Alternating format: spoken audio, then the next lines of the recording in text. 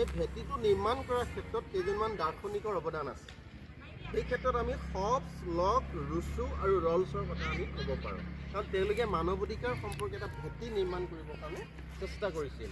হবছে যদিও তেওঁলোকে কৈছে যে চুক্তিৰ মাধ্যমে ৰাষ্ট্ৰ সৃষ্টি হৈছিল, হবছ, লক, ৰুছোৰ কথা যদি চাওঁ তেতিয়াহ'লে তেওঁলোকে কি কৈছিলে যে এখন চুক্তিৰ মাধ্যমে ৰাষ্ট্ৰ সৃষ্টি হৈছিল বুলি কৈছে।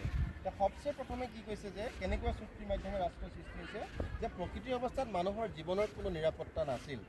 Peoples lives were nasty, brutish, short and poor. অৰ্থাৎ মানুহৰ জীৱনৰ কোনো ভৱিষ্যত নাছিল, নিৰাপত্তা নাছিল, মানুহৰ জীৱনৰ কোনো ধৰণৰ সুনিশ্চিত ভৱিষ্যত নাছিল। সেইকাৰণে মানুহে এটা সুনিশ্চিত ভৱিষ্যত বিচাৰি এখন চুক্তিৰ মাধ্যমেৰে তেওঁলোকে অধিকাৰ প্ৰতিষ্ঠাৰ এটা বাট কাটি দিবলৈ চেষ্টা কৰিছে। অৰ্থাৎ এখন চুক্তিৰ মাধ্যমেৰে তেওঁলোকে মানৱ অধিকাৰ নিৰ্মাণৰ এটা বাট তৈয়াৰ কৰি দিবৰ কাৰণে তেওঁলোকে চেষ্টা কৰিছিল। এই যে চুক্তিৰ মাধ্যমেৰে স্বাধীনতা প্ৰতিষ্ঠা কৰিবৰ কাৰণেই যে এখন চুক্তিত আবদ্ধ হৈছিল, সেইকাৰণে তেওঁলোকক আমি এই দৃষ্টিভংগীৰ ফাউণ্ডাৰ হিচাপে ক'ব পাৰোঁ। এতিয়া লকৰ কথাখিনি অকণমান বেলেগ।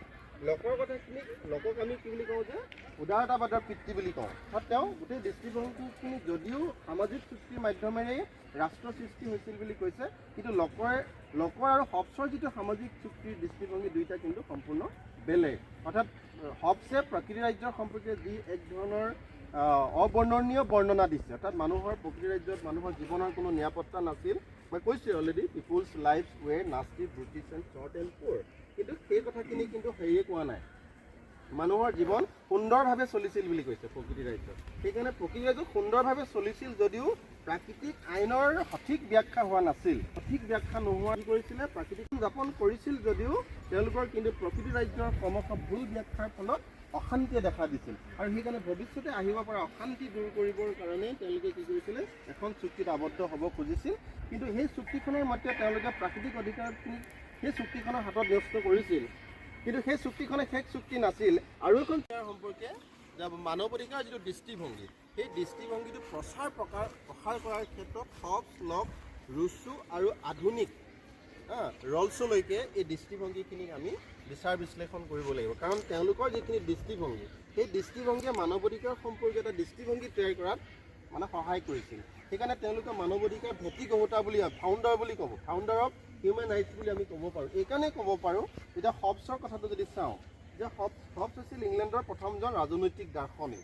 তেওঁ কি কৈছিলে যে মানৱ অধিকাৰ সম্পৰ্কীয় দৃষ্টিভংগীৰ ক্ষেত্ৰত হবছৰ দৃষ্টিভংগী কিছু টানি অনা হৈছে। এইকাৰণে যে হবছে অধিকাৰ সম্পৰ্কে প্ৰথমে তেওঁ এটা দৃষ্টিভংগী দিবলৈ সক্ষম হৈছিল, যদিও কৈছিল যে প্ৰাকৃতিক ৰাজ্যত মানুহে ভয়াৱহ, বিপদজনক আৰু এটা খুব জটিল জীৱন যাপন কৰিছিল, মানে human lives were nasty, brutish, short and পোৰ বুলি কৈছিল।